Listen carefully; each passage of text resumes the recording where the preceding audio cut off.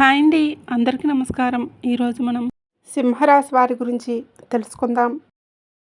ఈ వీడియో కనుక నచ్చినట్లయితే ప్లీజ్ లైక్ చేసి జై సంతోషి మాత అని కామెంట్ చేయడం మర్చిపోకండి. సింహరాశి వారికి ఈ మే నెలలో అనే వ్యక్తి ద్వారా మీకు జరిగేది తెలిస్తే తప్పకుండా ఆశ్చర్యపోతారు.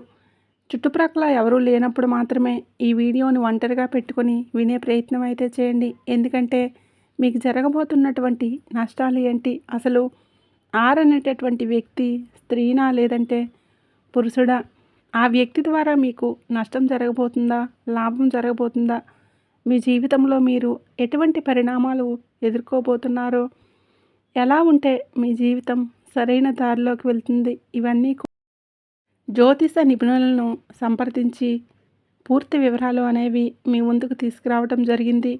ఈ వీడియో మీకు కంటపడిందంటే ఆ యొక్క సంతోషిమాత అనుగ్రహం మీ మీద ఉంది కాబట్టి ఈ వీడియో మీకు కంటపడిందని భావించి ఈ వీడియోని మీరు ఎక్కడా కూడా స్కిప్ చేయకుండా చివరి వరకు చూసే ప్రయత్నం అయితే చేయండి. అప్పుడే మీకు పూర్తి వివరాలు అనేవి తెలుస్తాయి. ఈ వీడియో చూసే ముందు జై సంతోషిమాత అని తప్పకుండా కామెంట్ చేయండి. వీడియోకి అయితే ఒక చిన్న లైక్ ఇవ్వడం వలన ఈ వీడియో మరి కొంతమంది మీ రాశి వారికి రీచ్ అనేది అవుతుంది. అంతేకాకుండా మాకు కూడా కొంచెం మోటివేషనల్గా ఉంటుంది. ఇక ఆలస్యం చేయకుండా వీడియోలోకి అయితే వెళ్ళిపోదాం. ముఖ్యంగా ఈ రాశి వారికి భవిష్యత్తు ఏ విధంగా ఉండబోతుందో ఇప్పుడు మనం తెలుసుకుందాం. గతం గతః అని మర్చిపోదామంటే గతం తాలూకా జ్ఞాపకాలు ఏవైతే ఉన్నాయో అవన్నీ కూడా కొంతమంది చేసినవన్నీ గుర్తు చేసుకోవాల్సిన సిచ్యువేషన్స్ అయితే ఇప్పుడు వచ్చింది. ఎందుకు ఈ విధంగా చెప్తున్నాను అంటే గత కొన్ని సంవత్సరాల నుంచి కూడా శత్రువుల ప్రభావంతోనే ఈ యొక్క మీరు చాలా బాధపడుతున్నారు. ఇప్పుడిప్పుడే కొంచెం అన్నీ కూడా తట్టుకుంటున్నారు. నిజానికి చెప్పాలంటే మీకు మే నుంచి మీ జీవితం ఒక గోల్డెన్ లైఫ్ లాగా వెలిగిపోబోతుంది. ఎందుకు మిమ్మల్ని ఒంటరిగా కూర్చొని వినమంటున్నాను అంటే మీ మీద ఉన్నటువంటి నరదృష్టి ఏ ఇతర రాసుల వారి మీద ఉండదు. ఎందుకింత నరదృష్టి అంటే ఎందుకింత దిష్టి పెడుతున్నారు అంటే మీకు తెలిసిన వారిలోనే మీ మీద ఏడ్చేవారు, మీకు దిష్టిని పెట్టేవారు, మీరు పతనం అవుతుంటే చూడాలి అనుకునేవారు చాలా ఎక్కువగా ఉంటారని చెప్పుకోవచ్చు. అందుకే ఒంటరిగా కూర్చుని వినమని చెప్పేది. ఎందుకిలా మీకు ఈ గతం తాలూకా జ్ఞాపకాలు గుర్తు చేయవలసి వస్తుందంటే దాన్ని నేను పూర్తిగా అర్థమయ్యే విధంగా చెప్తాను. ఎవరైతే గతంలో మీ మనసును నొప్పించిన వారు ఉన్నారో, మిమ్మల్ని ఏడిపించిన వారు ఉన్నారో, మిమ్మల్ని ఒంటరితనానికి గురి చేసిన వారు, రాక్షస ఆనందాన్ని పొందిన వారు ఉన్నారో, స్త్రీలైనా కానివ్వండి, పురుషులైనా కానివ్వండి, మిమ్మల్ని టార్గెట్ పెట్టుకొని ఒక దోషను చూసినట్లుగా చూసిన వారు ఎవరైతే ఉన్నారో అటువంటి వారు ఎప్పుడైనా సరే ప్రమాదమే. ఎవరికైనా ఒకరితోటి ఒకరికి అవసరాలు అనేవి వస్తూ ఉంటాయి. కాబట్టి ఒక మాట అనే ముందు ఆలోచించాలి అని మనకి పెద్దలు చెప్తూ ఉంటారు కదండి. ఎవరిని కూడా ఒక మాట అనకండి. ఎవరితోనూ ఎప్పుడు అవసరం వస్తుందో, ఏ అవసరం వస్తుందో తెలీదు. కాబట్టి మనిషి దెబ్బ కొట్టినా మర్చిపోతాడేమో కానీ మాట అంటే మాత్రం చనిపోయేంత వరకు కూడా గుర్తుంచుకుంటాడని చెప్పి, కాబట్టి మీరన్న మాటలు, మీరు చేసిన చేష్టలు, మీరు అవమానించినటువంటి అవమానాలు ఇవన్నీ కూడా ఇక్కడ మీ తప్పేది లేకుండా జరిగినవే. కానీ మీ యొక్క మాట కానీ ఏది లేకుండా జరిగినా కాబట్టి మీరు ఎంత కరెక్ట్గా ఉన్నారో మిమ్మల్ని గెలకడం అంటారు చూసారా, అలా మీరు గెలిచినట్లుగా మీ మీద లేనిపోని చాడీలు చెప్పి మిమ్మల్ని నలుగురిలో చెడ్డవారుగా ప్రచారం చేసిన వారు కూడా ఎవరైతే ఉన్నారో అంటే మిమ్మల్ని రెచ్చగొట్టడం అన్నమాట. మిమ్మల్ని రెచ్చగొట్టి నలుగురిలో చెడ్డవారిని చేస్తారన్నమాట.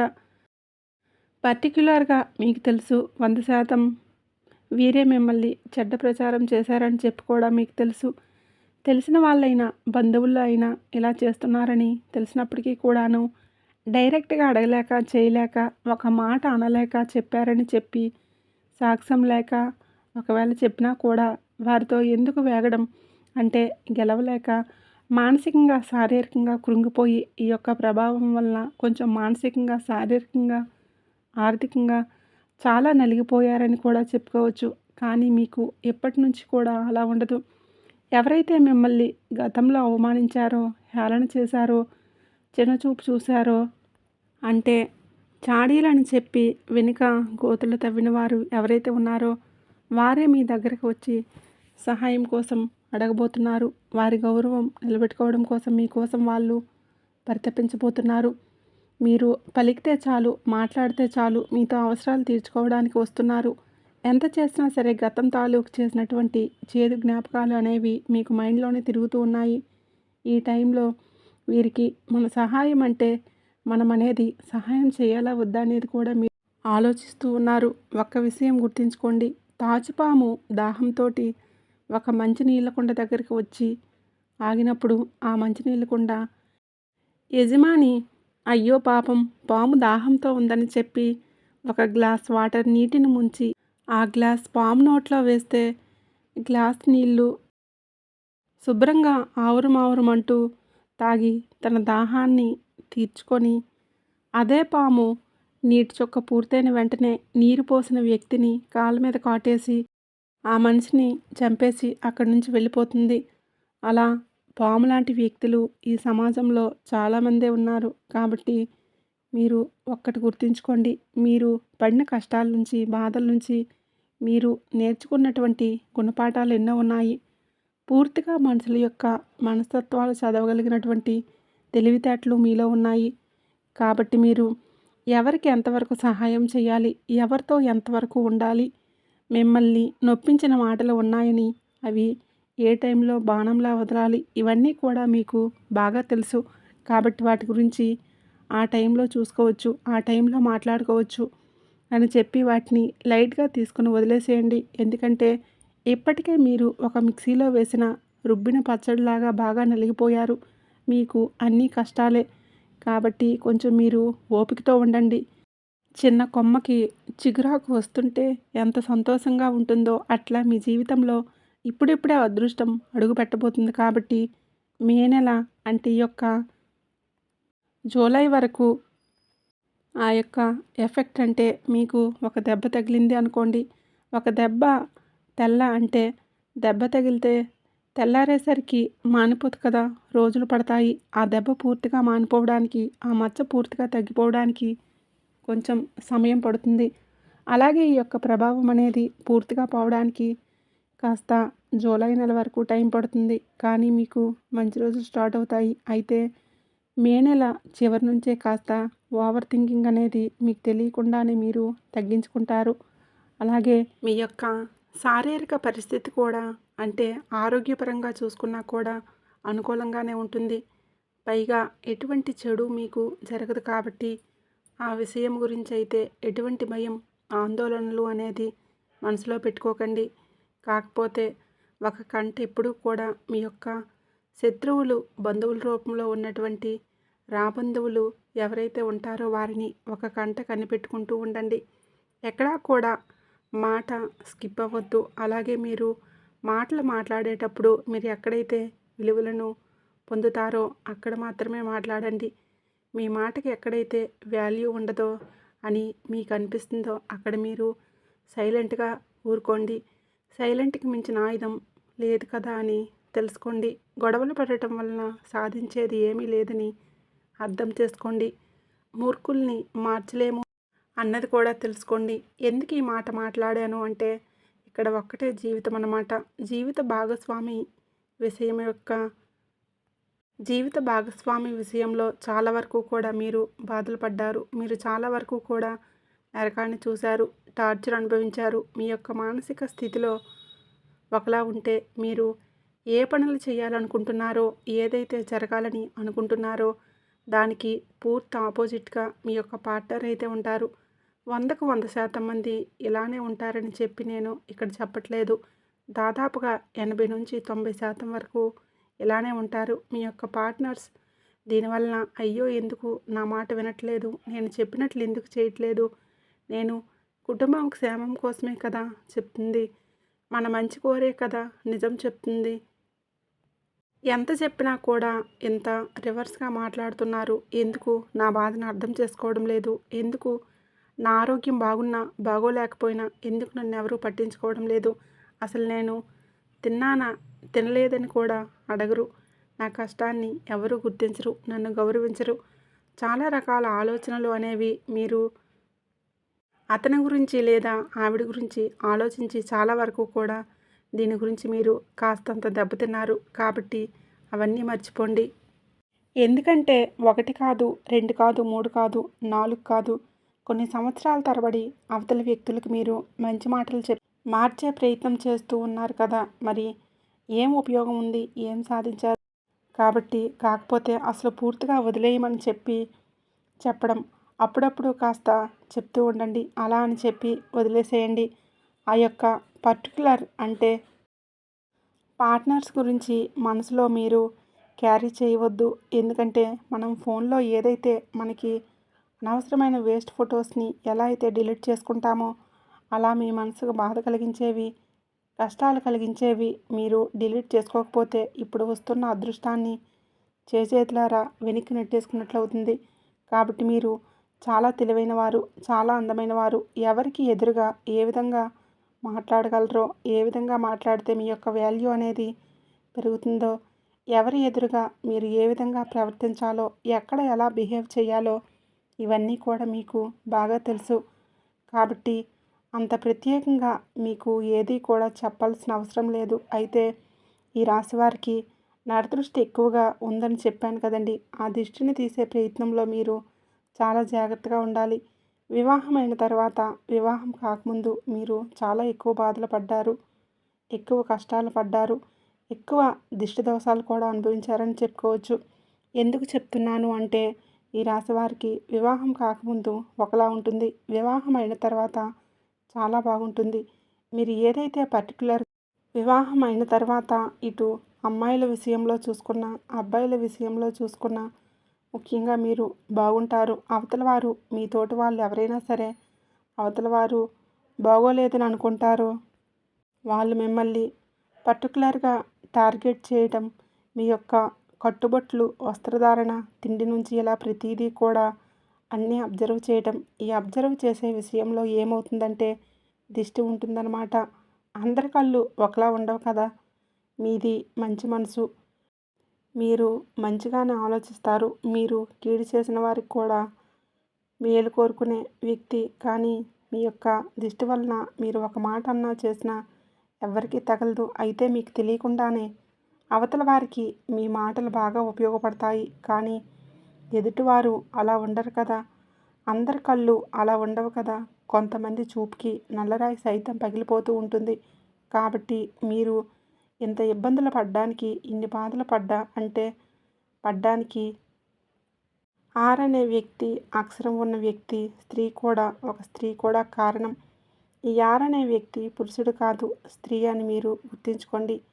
ఈ స్త్రీ యొక్క కట్టుబొట్టు, వేషధారణ, మీ యొక్క మాట తీరు, మీరు ఇంట్లో చేసుకునే పనితీరు, మీ యొక్క ప్రవర్తన, మీరు ఎదుటివారితో మాట్లాడే పద్ధతి, మీరు ఎక్కడికి వెళ్తున్నారు, ఏం చేస్తున్నారు, ఏం తింటున్నారు, ఎక్కడికి వెళ్ళి ఏం కొనుక్కొచ్చారు, మీ దగ్గర ఎంత ఆస్తి ఉంది, మీ దగ్గర ఎంత డబ్బు ఉంది, మీరు ఎంత సంపాదిస్తున్నారు, ఇట్లా ప్రతిదీ కూడా పర్టికులర్గా వాళ్ళు ఆలోచించి మీ మీద ఒక కన్నేసి చాలా వరకు కూడా నేర్చుకున్నారు. చాలా వరకు కూడా మీకు దిష్టిని పెడుతూ ఉంటారు. అయితే ఈ యొక్క ఆర్ అనే వ్యక్తి చాలా ముసుగు వేసుకున్న గుంటనక్క లాంటి వాళ్ళు. ఈ వ్యక్తి మీతోటి మంచిగా మాట్లాడతారు, నోటితో మాట్లాడుతూ వెక్కిరిస్తారు. కడుపు నిండా కూడా విషాన్ని నింపుకొని పైకి ప్రేమతో కూడిన మాటలు. అసలు వీరికి విషం ఉందా అనుకుంటే విషం ఉంది అనుకుంటారు.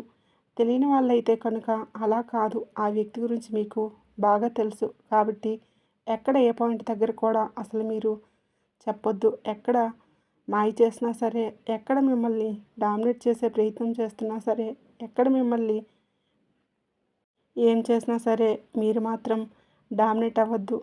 ఎవరి మాటకి కూడా అసలు విలువ ఇవ్వద్దు. ఇది మీ జీవితం. మీకు నచ్చినట్లుగా మీరు బ్రతకాలి. ఒకరి కింద కాళ్ళ కింద చెప్పులా బ్రతకాల్సిన కర్మ మీకు లేదు. ఎందుకు ఇలా చెప్తున్నానంటే ఈ యొక్క రాశి వారికి ఏదైనా సరే ఊరికనే వీరికి ఏదీ రాలేదు. మీరు ఏదైనా సరే కష్టపడి సంపాదించుకున్నదే. డబ్బైనా, పేరైనా ఇప్పుడు పడుతున్న కష్టాల నుంచి బయటపడేటటువంటి మార్గమైన ఈ యొక్క కష్టాల నుంచి మీరు నేర్చుకున్నటువంటి గుణపాఠాల ద్వారా వచ్చిన తెలివితేటలైనా ఇలా ఏవైనా సరే కానివ్వండి, ప్రతిదీ కూడా మీ యొక్క సొంతం. ఒకరి యొక్క ఆర్డరింగ్లో బ్రతకడం కానీ, ఒకరి యొక్క మాటలకి పొంగిపోవడం కానీ, ఒకరు ఏదైనా అన్నారని చెప్పి ఫీల్ అవ్వడం కానీ, లేదంటే వారిని చూసి మీరు వారు ఏమన్నా అనుకుంటారేమోనని చెప్పి ఫీల్ అయిపోవడం కానీ, ఇటువంటివన్నీ మీరు చేయొద్దు. గుర్తుపెట్టుకోండి. మీకు శత్రువులని తెలిసిన వారి ఎదురుగా దర్జాగా బ్రతికి చూపించండి. ఇక్కడ ఒకటే గుర్తుంచుకోండి, బయటికి వెళ్ళేటప్పుడు ఖచ్చితంగా మీ నుదుటిన సింధూరం పెట్టుకోండి. ఆంజనేయ స్వామి బొట్టు పెట్టుకోండి. ఇది మీ దిష్టికి చాలా వరకు కూడా మీ దిష్టిని తగ్గించేస్తుంది. అరికాళ్ళల్లో కాటుకు చొక్క పెట్టుకోండి. అలాగే ఆడవారు ఎడమకాలికి, మగవారు కుడికాలుకి నల్లదారం కట్టుకోండి. అలాగే మీరు శత్రువులతో పాటు బయటికి వెళ్ళాల్సినటువంటి పరిస్థితి వచ్చినప్పుడు జేబులో కానీ, హ్యాండ్ బ్యాగ్లో కానీ ఒక పచ్చి నిమ్మకాయను పెట్టుకోండి. ఇంటికి రాగానే అదే నిమ్మకాయతోటి ఎడమవైపుకు 3 సార్లు, కుడివైపు 3 సార్లు దిష్టి తీసేసుకొని ఆ నిమ్మకాయని దూరంగా విసిరిపడేసి మీ కాళ్ళు, చేతులు, ముఖం శుభ్రంగా కడుక్కొని ఇంటి లోపలికి వచ్చేయండి. ఇంట్లో ఉన్నా కానీ ప్రతిరోజు రాళ్ళ ఉప్పుతోటి దిష్టి తీసుకోండి. ప్రతిరోజు కూడా ఈ విషయాన్ని గుర్తుంచుకోండి. ఈ కార్ అనే స్త్రీ మీ యొక్క రక్త సంబంధం అయితే కాదు, మీ బంధువుల్లో ఒకరు. మీకు తోడుగా ఉండేవారు, మీ వెన్నంటే ఉండేవారు, మీ చుట్టుప్రక్కల తిరిగేవారు. కానీ ఈ ఆర్ అనే స్త్రీ ద్వారా లాభం అయితే 1% కూడా ఉండదు. నష్టమైతే 100% ఉంటుంది. మీ మీద ఈర్ష్యపడే వాళ్ళ లిస్టులో, అసూయపడే వాళ్ళ లిస్టులో, స్వార్థం చూపించే లిస్టులో, మీ యొక్క పతనం కోరుకునే వారి లిస్టులో మొదటి ప్లేస్ వీరికే ఉంటుంది. కాబట్టి మీరు కొంచెం జాగ్రత్తగా ఉండండి. ఈ ఆర్ అనే వ్యక్తి స్త్రీ మాటలు అసలు నమ్మొద్దు. మీరు ఎక్కడ చెప్పే మాటలు అక్కడ చెప్తారన్నమాట. ఇక్కడ మాటలు అక్కడ, అక్కడ మాటలు ఇక్కడ. వారి మీద మీకు, మీ మీద వారికి ఇలా చెప్తూ ఉంటారు. మీ గురించి చెడుగా ప్రచారం చేస్తూ ఉంటారు. కాబట్టి వీరితోటి చాలా జాగ్రత్తగా ఉండండి. మీరు ఇంట్లో నిత్యం దీపారాధన చేసుకుంటూ ఉండండి. దీనివల్ల నరదృష్టి, వాస్తు దోషాలు ఏవైనా ఉన్నా సరే చాలా వరకు కూడా తగ్గిపోతాయి. అలాగే మీరు ఏదైనా సరే, అంటే ఇప్పుడు ఉదాహరణకు చెప్తున్నా, మీ ఇంట్లో ఒక పుట్టినరోజే వచ్చిందనుకోండి, మీరు కొనుక్కున్న బట్టలు అవతల వారికి చూపించడం కానీ, మా వాళ్ళే కదని చెప్పి చూపించుకోవడం కానీ ఇలాంటివి అసలు చేయొద్దు. ఒకదాని గురించి టాపిక్ అంటే ఏది కూడా ఎత్తొద్దు. వేరే వాళ్ళు ఏదైనా సరే చేద్దాంలే, ఇంకా టైం ఉందలే, చూద్దాంలే అనే మాటలు అయితే మాట్లాడండి. అయిపోయింది, చేసేసాము, తీసుకున్నాము, ఎంతయింది అంతయిందని చెప్పి మీ శత్రువులు ఎదురుగా మీరు ఎప్పుడూ కూడా గొప్పలు చెప్పుకునేటటువంటి ప్రయత్నం అయితే అసలు చేయొద్దు.